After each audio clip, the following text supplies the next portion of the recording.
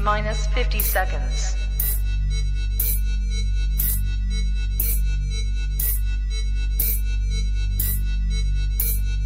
T minus 40 seconds.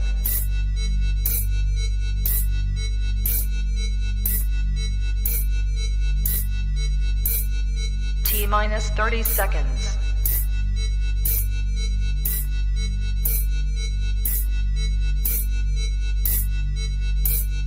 T minus 20 seconds.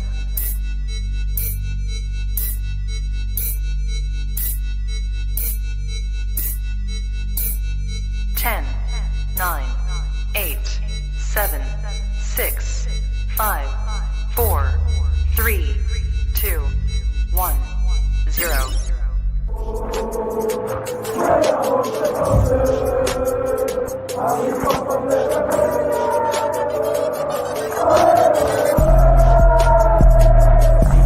Shout out to Kopish. Shout out to Kopish, guys. Keep all the good work the up. two legends, Emil Heskey, Howard Gill. Can't get much better than that, guy. Yeah. You know what to do now. Like, comment, subscribe. I'm with legends, guys. Kopish. Yes, people, what's going on? Welcome one, welcome all. I know we're right in the middle of Chelsea versus Newcastle, so appreciate everybody who's jumping in and watching live. Obviously, you can see I've got Cal with me. He'll be here any second now. And yeah, we have to talk about this Carabao Cup quarter-final, which, I mean, some may say might be the biggest game of the season so far. Because if we win this game, we go into a semi-final of a cup. And look, we can't really act entitled and we can't really act spoiled to the idea of winning the Carabao Cup and thinking, well, yeah, that's not a big game, you know, because look, I want to win a trophy anytime I get to a quarter-final of any competition. And to me, it's always good to get a trophy in the cabinet early as well, because it kind of takes the pressure off a little bit in terms of thinking, is the season going to be successful? Because you think to yourself, okay, well, it's relatively successful already. It's February and we've already got a trophy in the bag. I remember the quad chasing season. It felt very good to get a trophy in the bag early. I'm sure you lot remember. So yeah, we have a quarterfinal against West Ham at Anfield. This will not be an easy game by any stretch of the imagination. West Ham are going to be full force. They're going to be on it. I know West Ham are in the Europa League and they'll probably be, really pushing to try and win that this season. But one of the domestic trophies is 100% going to be a main priority for West Ham. The same way Newcastle is a main priority for. Brighton, I will say, is a main priority for. The clubs who are Aston Villa, the clubs who are aspiring and are trying to get up to the level to catch up with the traditional top 5 or 6 teams. Those teams are really going to want to try and win domestic trophies to help them to push forward. And, a lot of these clubs don't actually get to win trophies very often. So West Ham is going to be a very difficult one. It really is. Obviously, once Cal gets back, we'll start. Well, there you go. We'll start chopping up how we feel about it. But yeah, I think West Ham's going to be a very, very tricky game. And Cal, as I was just saying to the people, teams like West Ham, Brighton, Villa, Newcastle, these aspiring teams who were trying to take that next level to go from being mid-table to being the top, winning a trophy is what they all go into the season trying to do. Absolutely. West Ham are going to be very difficult to navigate, and they're going to be full strength, bro, for this game, in my opinion.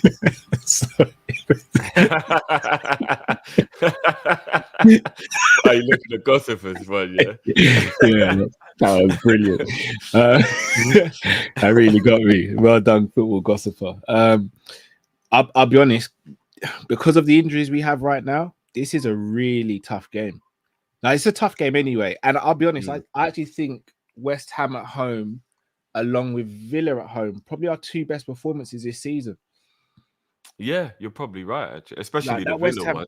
Yeah, above the West Ham game. I don't know if you remember too much of it. West Ham played really well on the day. I'll be honest, apart from Abu Diaby back in 2012, Paqueta might have put in the best performance I've seen from an opposition player at Anfield since then. Like he was sensational on the day. That was the Bowen diving header game, wasn't it? When he scored that yeah. brilliant diving header. Yeah, and remember at first we were criticizing Van Dijk, but when you watch it back, Bowen's movement was excellent. And like as you say, sometimes you just got to give credit to the forward, and that was one of those instances. But West Ham played really, really well on the day, but we just upped our levels, and every man that day was excellent. We're gonna need another one of them sort of performances, bro, because West Ham, they're very much a Marmite team. They either show up and they're brilliant, or they don't show up and they're not great. But when they do show up, especially with Kudus now hitting form and all that as well. But Bowen, as we saw last night when we were chatting about him, like how many goals he's got and his output, West Ham are a good outfit, man. They really are. And we got to be on our P's and Q's if we're going to navigate through this game. Yeah, no, they are, man. Like West Ham are a good enough team on their day that, like, say, you know, for example, we got them in the quarterfinal of the Europa League when you can start playing English teams. You'd be like, bloody hell, this is going to be a tough one to get through. Do you know what I mean? You have to put respect on their name. Again, like you said, they can have their off days where you're like, bloody hell, what happened to West Ham? They got beat up 3-0 by Brighton today. Like, they can have those random games. Remember, they went to Brighton and they papped up Brighton at their own place, bro. Yeah. No, that's what I'm saying. But it could literally be the other way around. You could be like, I went to the London Stadium and beat West Ham 3-0. What the hell was that about? They are such a random team like that. But as you said, they are capable of those brilliant performances. And they recruited superbly well. Facts.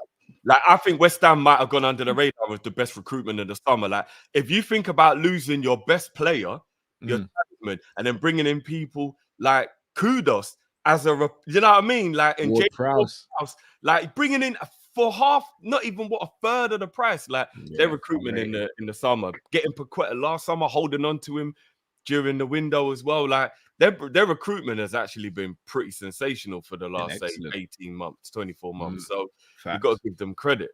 So yeah, man, we got to be on our P's and Q's, bruv. Speaking of injuries, good news, but I'm still not sure how to take it. Gravenberch wasn't an actual injury; it was fatigue related. Yeah, I saw what you put in the group earlier with me, obviously me and Matt, private group, obviously. I agree with you. He's got to be rested if it's fatigue. He has to be, bruv. Especially tomorrow night. Especially to like Arsenal game, even maybe has to be rested because it's about longevity. 100%. Fatigue is no joke. That's how you get any type of back strain, hamstring pull, all that stuff. If your body's fatigued, you don't want to be, you know what I mean? I don't even think he should train for a few days. I think he should actually get a rest. Agreed. And again, obviously he's young, but I think people forget how little football he played last season. And he's now coming to Liverpool, which is one of the most intense teams to play for. So in the most intense league as well. In the most intense league. So yeah. It's asking a lot of him physically at the moment, especially when you look at the fact of the midfield's going through a shuffle and all that as well. So I personally wouldn't. And he's adjusting. We are kind of light though, Drift. No, we are, bro. We are. I know we'll do like lineup prediction, but bro, like bless him as well. Even young Doak, bro, like it's gonna have to go under that was horrible news today, man. Doak's done for the season. It's not a good injury at his age, you know. It's not, bruv. Knee injuries aren't good at any point, for real. No, like not good at his age though. Especially because his body's still growing as well. So we don't even know how it's going to take and all. And they're granted that they're working with the best professionals and the best surgeons, etc. God willing, he comes back absolutely fine. But at this age, getting knee injury is not good for him, man. I feel it for him. Really mad. It's mad. I know this might sound. No, go on. Did they say how the injury happened? Did that happen during under 23s or was it training? I was going to ask you if you knew how it happened because I don't actually know how it happened. Because I don't think there's been any under 23 games. So it must be a training injury then. Like, I've got to ask again, bro. What are these man doing in training, bro? No, but these are UFC injuries they're getting in training, bro. But this is what happens when the kids play with a big man, though, isn't it? Like, do you know what I mean? Like, because you got to remember a little body barge from Van Dijk where he don't even really mean anything, and the guy could fall over on his knee or something quite easy. It happened in the game over the weekend. So yeah. Okay. It wasn't a match. Yeah. Football Gospel's making a good point. Kai comes back from a similar injury and then Dope goes out. It's like flipping it's hell, man. heartbreaking, man. But yeah, I was just gonna ask you quickly, and I don't even mean this to sound like I'm being savage because I don't believe it, but you do hope that like when the young kids get injuries, they put as much effort into helping them as they would if it was like one of the star players. Yeah, I reckon. You get what I mean? Like I hope they don't get like a second-rate surgeon to have a look at him. And No, like I that. don't. Like, think I hope he'll still go to the same professional that like Cristiano would go to or something like that. It's like, you know, I hope they do take care of the young kids. Obviously, I'm not saying they don't. Better, bro. I just hope that they do because remember, there's a big investment spending thousands and thousands of pounds on recovery and surgery. So I hope they still put that effort, even though he's not like a star and whatever. I'd be surprised if they didn't. If they didn't, then they really need to be looked at ethically and just ethically. They need to be looked at ethically because that'd be a madness. But you know what it's like from a business point of view. Is it worth spending £1 million to get this kid better when, you know, and I know you just hope. As far as I know, getting a knee operation isn't the most expensive operation that's around, as far as I know. But the surgeon would be though, right? Because it'll be about like if you're the best knee surgeon in the world, you're costing grand, hundreds of thousands of pounds. I'll be real with you. Liverpool shouldn't have an issue with that. You make that back in half an hour at the ground, like yeah. I hope so. I'm just saying you would hope that there isn't like a different rule for the youth players for recovery and all that kind of stuff as there is for like the main players. From how I've seen they've treated Kai Gordon, I reckon they'll be fine. Cool. Like I said, I wasn't even saying they don't. I was just making a point that I hope they do because I know it's a bit different when you're a young kid, and you might not get as much privileges as you do when you're one of the senior players. No, I hear that. Sorry, am I frozen on your screen? Yeah, I was just gonna say I can still hear you, but you have frozen though. Yeah, I'm frozen. My laptop's frozen, so I'll just keep on running until. Yeah. It's a normal freeze as well. It's not. You don't look silly or anything. Okay, cool. No, you just look. Yeah, you just look. If it was mad, I would have took you down. I appreciate that. Big up Zizi saying the lads were at the Children's Hospital today as well. That must be for Christmas. Big up to them. Yeah, it's their yearly trip. Sorry, did you hear about Pep? Did you hear Pep Linda's press conference today? I haven't, I haven't had a chance to listen to it. I've not listened to it fully. Shout out to Jamie Phillips from Jamie Phillips Football Chat. Go and subscribe to his channel. But he was saying Linda's in the press conference. Again, I don't know how you feel about all of this, but I'm going to tell you what Jamie said to me. Granted, I've not watched it myself, so I'm going to say this verbatim. Is these direct quotes? Because shit, we lost Cal. He'll be back in the set, guys. The gremlins are in this system 100%. Computer system. He will be back in a second. Let me just get a couple of these supers out actually while I wait. Big up Les, who says, big up you, man. Can't watch today, but have a good time, y'all. Now, big up yourself, bro. Love as always, man. Hopefully you get to watch it on the replay. And KGFS says, downloaded the last Monday night show. Was about to check it out, and you guys are already providing more content. Epic work rate. Appreciate that, my bro. Appreciate that. We do love that. You guys appreciate that as well. We got to keep the vibe going. So yeah, big up yourself, bro. Hopefully you get to check out the Monday show afterwards. Actually, while I'm waiting for Cal, because I don't want to forget, we have a special birthday announcement that we want to do. So, Ikenna, if you're watching, bro, hopefully you are. Happy belated, and that was your birthday on the weekend. Big up your damn self. And here is the celebration drop for you, my bro.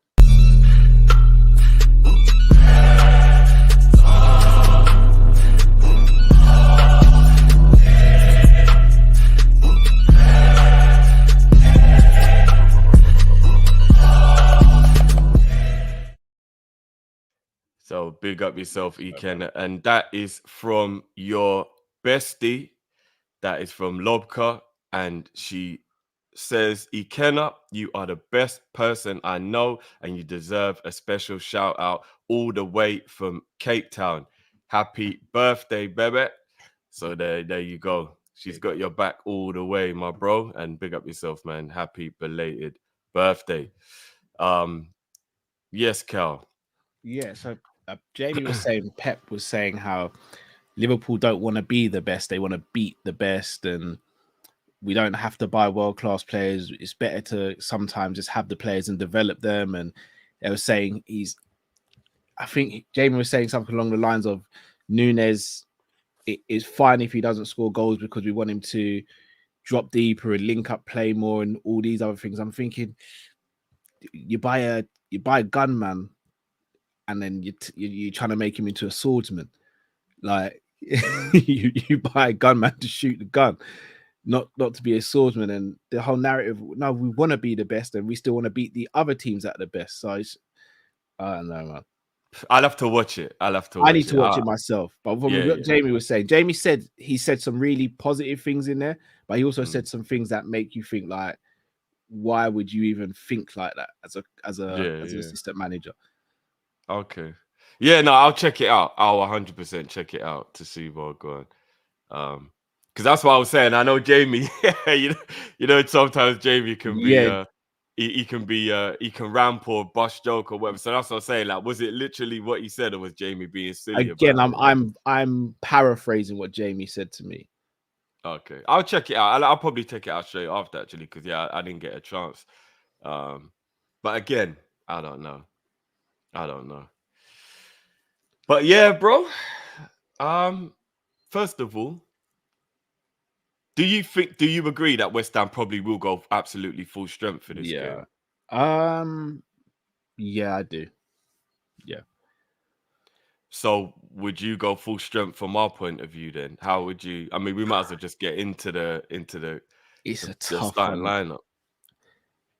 It's I'm honestly just I don't think we may have a choice because of the amount of injuries we have. I don't know if we have really got a choice. We may just have to go full strength or as strong as we can go because we just may not have a choice. If I asked you which game you would prioritize if you were Klopp, I'm guessing you would probably say the Arsenal game, or would I be mistaken? Because I know you are very trophy hungry. So at this stage, you're so close to being in a final. Like, what game would you prioritize if you was Klopp, right? If I was Klopp, honestly, Jeff, I don't know. It is a tough one, isn't it? Because if it was the early stage of the Carabao Cup, it would be like obviously the Arsenal game. But you're in a semi-final if you win this game. So this is the way I look at it. Some of the main players had a free week because they had Europa in a dead rubber. So quite a few of the players didn't play in that. So should be well rested. Had the Man United game we played that on Sunday, and then we're back tomorrow, which is Wednesday. Treat this as a Champions League week. In my opinion, you treat this as a Champions League week. You say, you know what, this squad, this group of players, they've done 3 games in a week before. We do it now. Like, we may not have to do it again for ages, but we do it now. Be smart with the substitutions. Start games quickly so then you can potentially manage yourself throughout the game rather than starting off slow and then having to chase. Oh man, the Gremlins really want to keep on hitting Cal this game. I mean, this show. So he'll be back. And here it comes, peeps. Yeah, no, I'm fully sort, bro. I'm fully I'm fully sort. But yeah, I would try. I'd go for both, Drift. And this is where the Man United result annoys me even more, because if we had done what we needed to do in that game, then you go into less pressure with these two, in my opinion. But we have to bounce back. Like, we've got 3 games in a row. We expected 3 wins as a fan base. We can't get less than 2 wins. Like, we absolutely can't. So I mean, as far as Liverpool's season is going, it's unquestionable. But even like thinking back to like some of our previous seasons, within a 7-day period, this might be as big as it's been for a while. Man United. Oh yeah, 2009 is the last. I mean, no, 18-19 when we had Newcastle, Barcelona. No, we had Barcelona, Newcastle, Barcelona, if I'm not mistaken. Oh yeah, that is a pretty big, because obviously that was the semi-finals all there. That is a pretty big 7-day period for real. I think of 2008-09 season where I think we had Real Madrid, Man United, Real Madrid, I think as well, or was it? I can't remember that. Yeah, but we've had some tough weeks, but we need to navigate, man. We need to navigate, and we're good enough to. Was it definitely Barcelona within a week? You know, like, isn't there normally 2 weeks between the semi-finals though? Was that definitely a 7-day? No, you're right. It was 2 weeks. It was 2 weeks because I remember we played the game. I think it was the Wednesday. Then I think, or was it the Tuesday? And I went barbers on the Thursday, and then no, I think it was a week. Was it a week? Yeah, because I know sometimes it can be 2 weeks. I'm almost certain it's a week because I know Salah got concussed in that game, and then Bobby was out of that game, got injured in the Newcastle game, or I think so. Okay. I think it was a space of a week. Yeah, this is a big week though. Like, it's definitely the biggest week of this season, without a doubt, especially in a 7-day period. Arsenal to finish off the week as well. So who would you go in goal then, bro? Would you continue the cup form with Kelleher? Would you have that trust, or would you be like, we got to win the game, Ali's gonna play? I would go Kelleher. I think you got to start putting him in pressure situations and showing that you trust him. And to his credit, the quad chasing season, Klopp never ever strayed away from Kelleher in the Carabao Cup. In the Carabao, he even made sure he played him in the final, which was credit to him. And Kelleher was the reason we won the final as well, which is really good. So made some great saves in that final as well. You did, and he tucked away the winning penalty. Shout out to, where did I see it? Ali A. If it goes to penalties as well, all due respect to Alisson, he's our best goalkeeper in the world, best keeper in Premier League history, in my opinion. When it comes to penalty saving, though, I'm gonna edge towards Kelleher. Yeah, Kelleher's better than Ali. I say that with the utmost respect. I say that with the utmost respect. Like, no, I think most people understand exactly what you're saying. I know, but it's still Ali. Kelleher is a slightly better penalty goalkeeper than Ali is. He is. Yeah, he is, and he's better at taking them as well. So God forbid it went all the way round. Yeah, you've also got a little bit more faith of Kelleher, because you know what's mad? You made a statement one time, and I think it did knock people a little bit sideways, but it kind of is true. Kelleher's better with the ball at his feet than Alisson. He actually is. I told you, Bob. I get rushed at the time. A year later, they go, "Raw, we really put Kyle in hospital for that." He had a point. Yeah. I think you did have a point. I think Kelleher is actually better with the ball at his feet than Alisson is. I think you were right on that one. Still, no, I sleep. As I said, it's cool. It's cool. I just wish I wouldn't have to get rushed. That's all. Like, I just wish every time I go to the hospital, we're like, you said a statement again, innit? Yeah. What's it this time? Broken nose, All right, cool. I'll take it. So yeah, who you going with your back four then, bro? I'm gonna go Gomez, right back. Ibu, Kwanzaa, and then Simi left back. Okay, so you not really feeling the kids for the left back. It's like, no, let's get the seniority in there. Even though Chambers has played well every time he's played, but I get where you're coming from as well. I probably would go Simi. I probably would. Would I go Joey at right back, or would I play Bradley?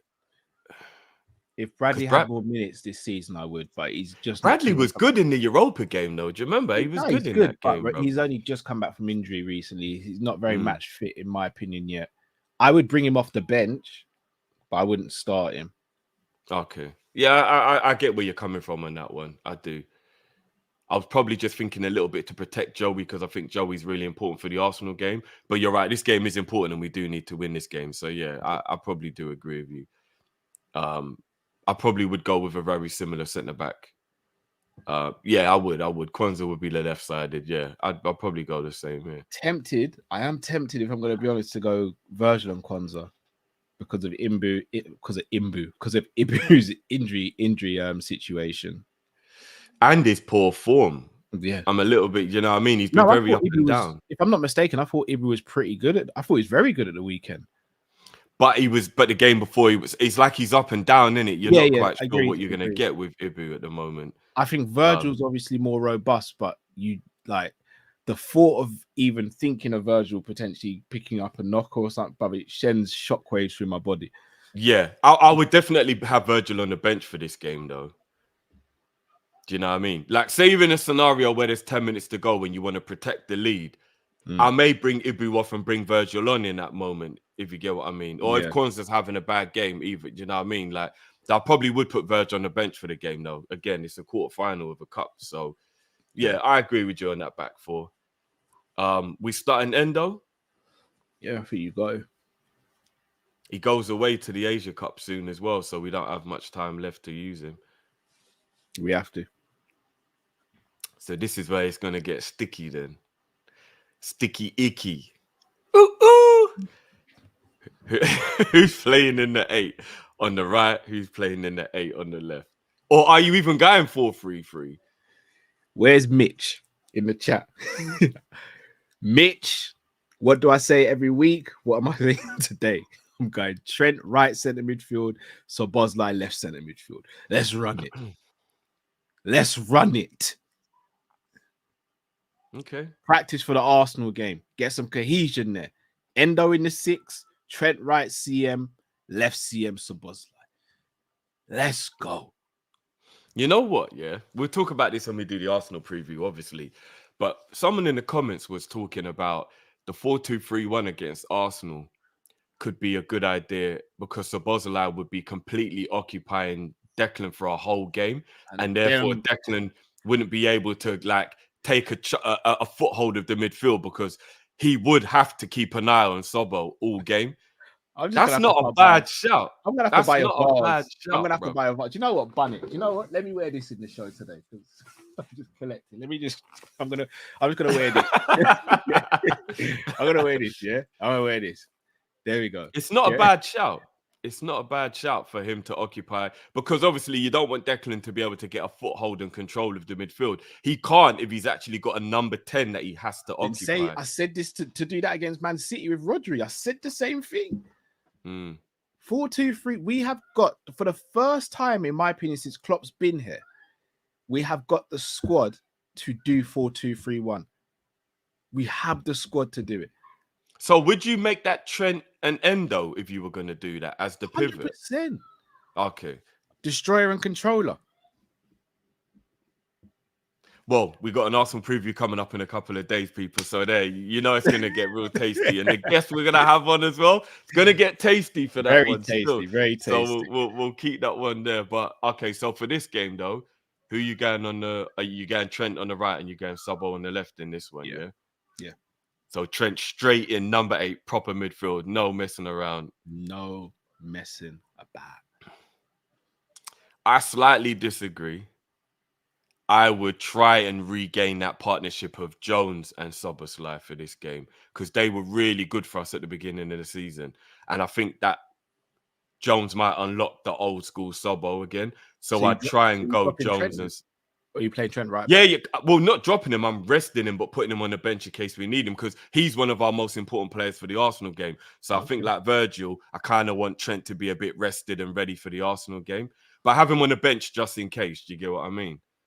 Fair honourable mention to Harvey Elliott as well. But in fact, 100%. In fact, Harvey's playing in this game at some point, without a doubt. Because that's the next thing I was going to ask you. Am I stupid if I drop Mo for this game? Yeah, not at all. I was thinking the same thing. Because Elliott can occupy that right wing. Snap. And then what I'm thinking here, bro, bear with me here. You're going to think I'm being mad, but bear with me. I'm thinking, depending on how the game's going, there are times when it might actually have to be he actually drops into the midfield area and isn't so wide and then creates a 4 in the midfield. Especially if we're trying to get some kind of control. Do you get what I mean? And then I'm either going the 1-1 up top or I'm going with the 2 and try and get maybe a bit more control into the midfield. Because Jones, Sobo and Elliott across the 3 in midfield could give a bit more protection to the defense. Do you get what I mean? Or to Endo, should I say, in that defensive role. or maybe even Sobol drop in into a pivot and it can be a 4-2-2. You know, just some kind of, there's ways if Elliott's playing, he can be wide or he can also come and help in midfield. Because West Ham are good in midfield. We're going to need to make sure we're not getting pushed around in that midfield. Do you know what I mean? So Mo's got to sit this one out, yeah? Yesterday, Drift, I said I was proud of Matt. Today, I'm proud of you, bro. Proud of you. Hear me out on this one. You know, you do 4-2-3-1. You usually say you have the two wide men and the number 10. Same formation, but slight tweak tactically. Instead of having Elliott and the person I'm playing left as a spoiler is Gakpo, instead of them playing wide, I'm going to have them tucked in, so almost playing 3 10s behind Darwin. Okay. And Joey and Simicast give you that width on the overlap. So obviously, Gakpo and Elliott can still go wide. They don't have to stay in the center. But predominantly, if they're in the center near Nunes, allowing him being creative with Nunes in front of them, and then you get your width from the fullbacks who provide crosses. For me, I think that makes the most sense right now. Okay. See, here's where it's a bit crazy because I agree with you, but I was actually going to go, I need Diaz to get some form, and I was going to go Gakpo, but I wasn't going to do the false 9. I was actually going to tell him, be the striker this time. Don't do the drop. We've got the people in midfield now with Jones and Sobo and Elliott who can be the number 9, be predatory now, stay up there. Obviously hold the ball up if needed, but be in there. Be that predatory Gakpo at the back end of last season that was getting at the back post for tap-ins and things like that and thinking more goals rather than being involved. And let Diaz try and get a bit of form, do you know what I mean, and play him. And have Nunes, again, as an impactful option off the bench for this one. He hasn't been in good form. Maybe 20 minutes at the end of the game might be better for him than starting the game. And I want Nunes against Arsenal because I think that he might be able to penetrate their defense with no pause. So I was actually going to go Gakpo and Diaz. And then I'm thinking, you know, like I said, go to the 4-2-2 or whatever it is if Elliott tucks in. Diaz can kind of be in that role. He does it for Colombia. He can come more central and be that kind of support striker. Do you get what I mean? To be a bit more direct. So 4-2-2-2, or you know, I'm just trying to be a little bit flexible here and try and find ways to get some of our players into form because our forward players need to find some bloody form. They really do. All right. So for me, the reason I go Nunes in this game, and I don't want to say too much because of the Arsenal game, I would go false 9 with Gakpo in the Arsenal game. Oh, okay. So Nunes for me would start this one. Plus, I think Diaz needs a bit of a mental rest as well. I think you hit the nail on the head the other day. I think sometimes we do take it for granted that these guys aren't robots. He's come back from a really bad injury last season, had some inconsistent games. And then this season, I actually think he started the season decent. More than decent, actually. I think he started the season well. And then the situation with his mum and dad happened. And bro, I feel like he's not right. He's not right at the moment. And I think we need to pick and choose when we actually play him. Yeah, I hear that. And if I'm not mistaken, his dad is actually living with him at the moment. Yeah, I think my man and dad are both over now and then. So he might just literally be in such family mode. He is kind of getting distracted. And imagine, there's a moment. Still no excuse for misplaced passes and all that. But as an overall thing. You know when you're just not right. Like, you know, sometimes like we've all had like, I can wake up in the morning sometimes and I just don't feel right. And I can't even tell you why I don't feel right. Yeah. Obviously, I've been through a lot of shit in the last year. Yeah.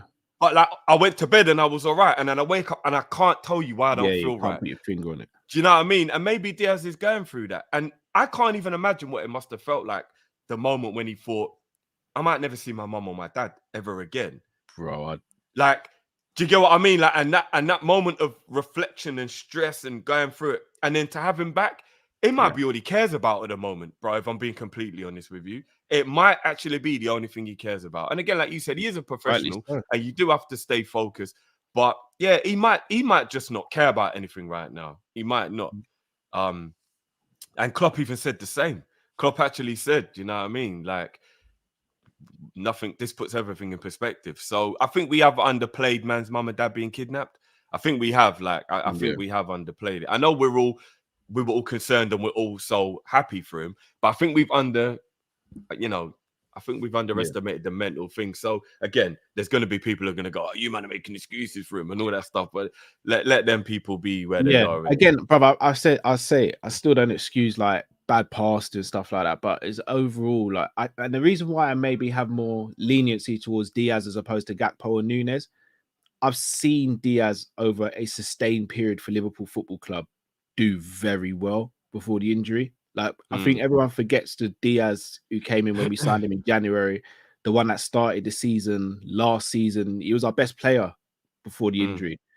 He probably finished the quad chasing season the best left winger in the league, and he'd only been here since January. Oh yeah, 100%. Do you know what I mean? So for me, that's why maybe I have a bit more leniency towards him, because I've seen him do it at Liverpool. I've seen him do it at Liverpool, whereas the other two, I can't sit here and say they've done it at Liverpool yet. They've had the odd game here and there, but I can't sit there and go, yeah, for a couple of months, Gakpo or Nunes, they were on fire. I've not seen that from them two, whereas I have seen that from Diaz. I would probably say Gakpo did finish the season not on fire, but he was really brilliant in about the last 7 or 8 games of last season, though. When we picked up that form and we went back onto like trying to almost get top 4.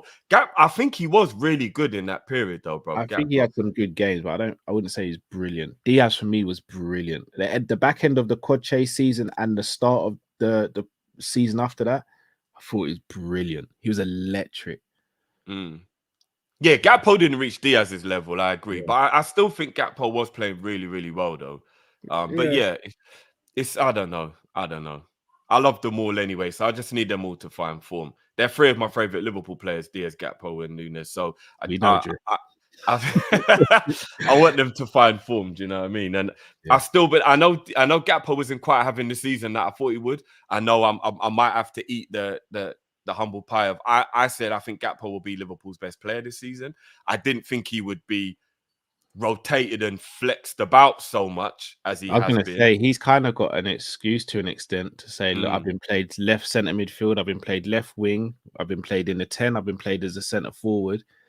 I've only been getting 10 minutes here and there and stuff like that. Yeah, Gakpo has kind of been like a victim of his own flexibility, etc., etc. But I still believe there's some big moments left in the season for Gakpo where he might not be what I thought he would be and be Liverpool's best player, but I still think he's going to have his magical moments and he's still going to play his role. So I just need him to find his form again. And, you know what I mean? Well, maybe this could be the game for Gakpo to find his form. You know what I mean? Really quick question before we like do score predictions and all that. With the news of Doak today and the fact of our forwards being out of form and Jota's constant injury issues. Is a forward position, is that a role we need to really look at now in January? I think with the Doak injury, yeah, I do. I think with the Doak injury, because in the Europa League, you always knew that Doak could hopefully grow into that and he can play, and he has been playing. Credit to Klopp. Klopp's played Doak in 4 of the 6 Europa League games. He ain't been playing well in Europa, though, I'll be honest. It is a bit mad he hasn't been playing, but at least Klopp played him in 4 of the games, though. So Klopp did believe it's time to give it. And if I'm not mistaken, Doak played against Leicester, right? In the League Cup, if I'm not mistaken. Yeah. So I think he's definitely been trying to give Doak that time to thingy. But yeah, now he probably will look at it and maybe think, maybe I do need to go and buy a wide player now. So the next question, we've got 3 positions, in my opinion, which are the main priorities now.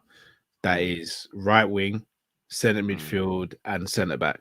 Case in point, because obviously, that's the second end of the season injury for real, Matip. I forgot about that. I remember I said in the summer how important I think those positions were, and you know, like it kind of got glossed over, in my opinion. If we could only get 2 out of those 3, which I think is more realistic than us getting 3, even though I again, a club like us, I think if we go out for the right players, we should be able to get all 3. Yeah, but let's say we are only able to get 2. Which 2 positions are the priority out of those 3 for you? People are going to go nuts at me for this, but because of the tactical flexibility Endo provides with being able to be a centre back, I'd buy a DM and a winger. Okay. I don't think there's a wrong answer. And that would be Endo at like 5th choice. We're being pushed to the bare bones. Okay, Endo's got to play centre back because you've still got Joey. You can play centre back as well, obviously. Yeah, I think Douglas Luiz and Bakayoko as an example in the summer, in January, sorry. And I think everybody really realizes how serious Liverpool could be about this title race. I don't think that'll happen, by the way, because Douglas, for example, is going to cost at least 80, 90 mil. Liverpool probably won't do that. Villa are in a title race themselves. They're not going to want to sell to us. Douglas don't look like the type of guy who'll kick up a fuss. He didn't when Arsenal tried to buy him before. Yeah. He doesn't seem like that kind of guy. He seems pretty loyal. But if we could get Douglas Luiz, who I believe should be Liverpool's primary target in the summer, if not January, and say Bakayoko as an example of a quality young wide player, yeah, we're about that life. It's just, would we be willing to spend over 100 million in January? Because that's what that would cost, isn't it? That would cost well over 100 mil to get done in January. Are we that type of club that would do that? I don't know. Here's the thing: I don't think we can prize Douglas Luiz away from Aston Villa in January. Neither do I.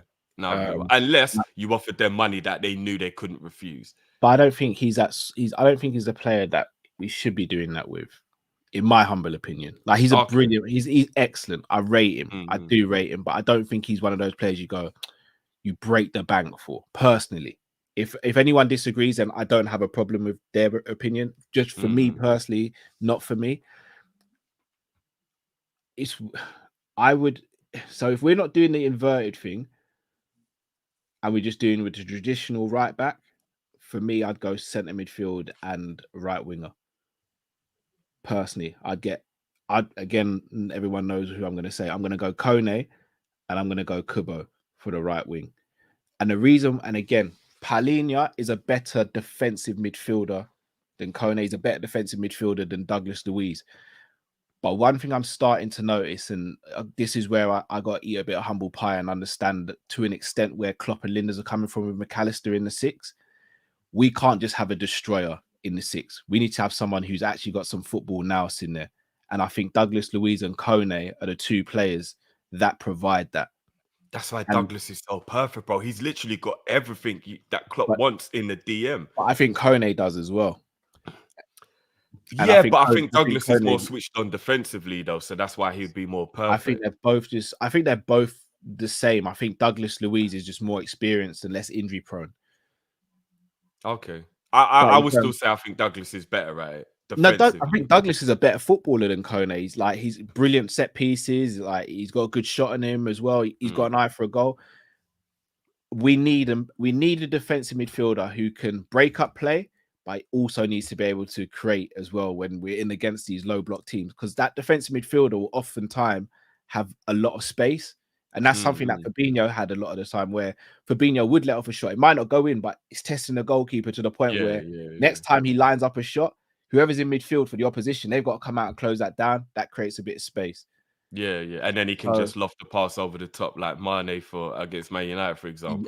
Precisely. So I don't think we can just go for a destroyer like a Palhinha. For me, I'd rather go for someone like a Douglas Luiz or a Kone, who's not as good defensively as Palhinha, but is way better from a footballing standpoint. Palhinha is pretty good at set pieces, though. He would add an attacking threat in that regard. No, he's good. He's just not as good as the other two from a ball. And even dribbling, dribbling wise as well. Palhinha is not as good at dribbling, nowhere near. Like Palhinha, he's a decent passer though. Palhinha. Douglas Luiz and Kone, they can dribble for days. Like, their ball retention's crazy.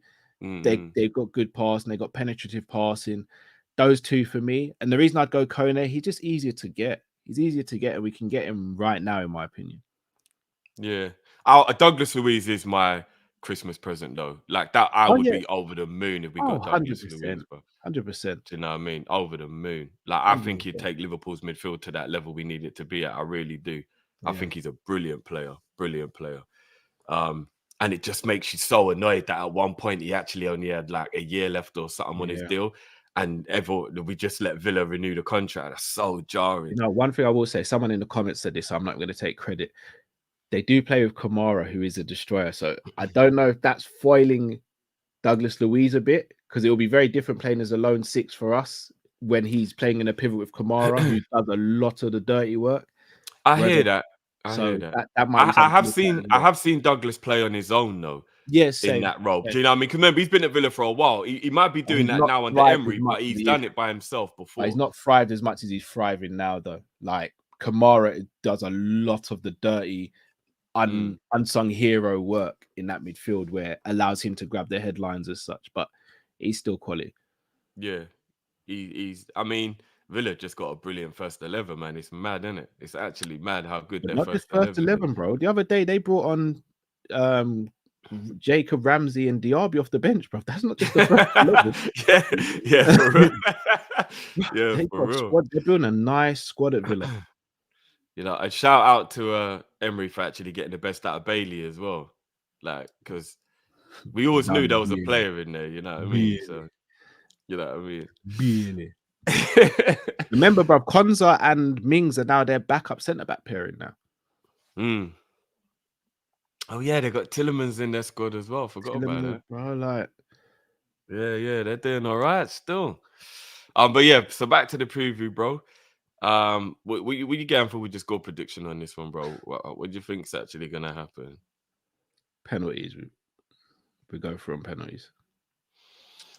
Yeah, I kind of think it might go to penalties as well. See it being like a 3-3 on the night, and then we win on penalties.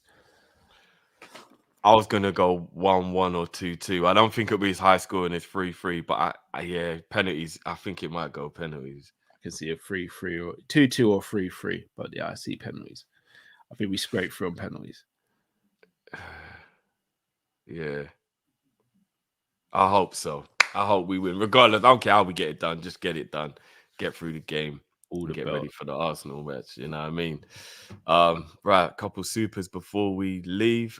Big up John every time. That says, big up Drift and Callum. How are you, Callum? Did you get Firmino's book Season my Not Liverpool yet. years? I have put on my Christmas list though. I was gonna say that it has to be on your Christmas list. Yeah, it's on my Christmas list. Steve and Robbie, they've been getting food and all that all year still, so I'm hoping they pull one out of the bag still. I'm sure they will, bro. I'm sure they will. All that pocket money they've been saving up, bro. You know what I mean? Pocket money, chore money, chores money. You know?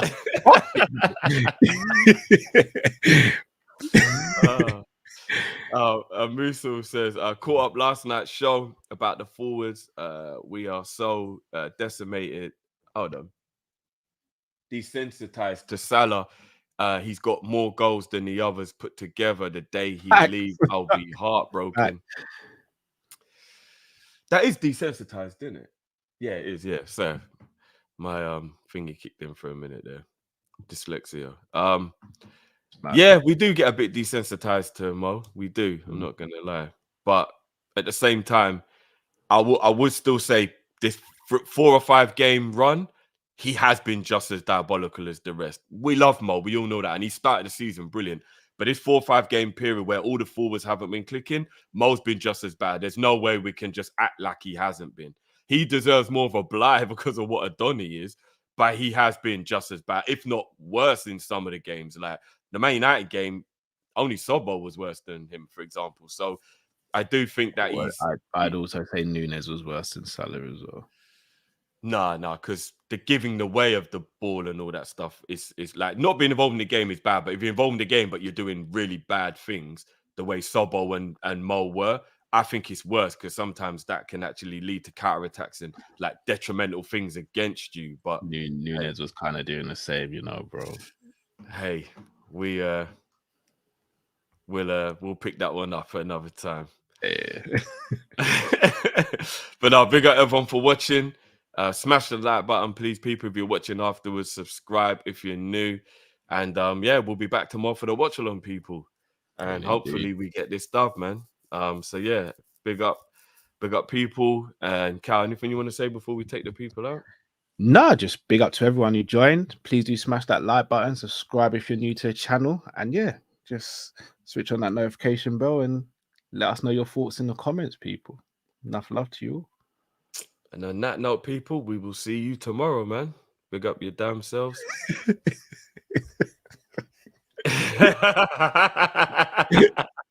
So I left it. You lot know me well. That's why I left it. Pick your battles. I learned that still. No, I said I ain't gonna do the defense thing. You lot didn't say what you lot didn't see what he said to me in the private chat.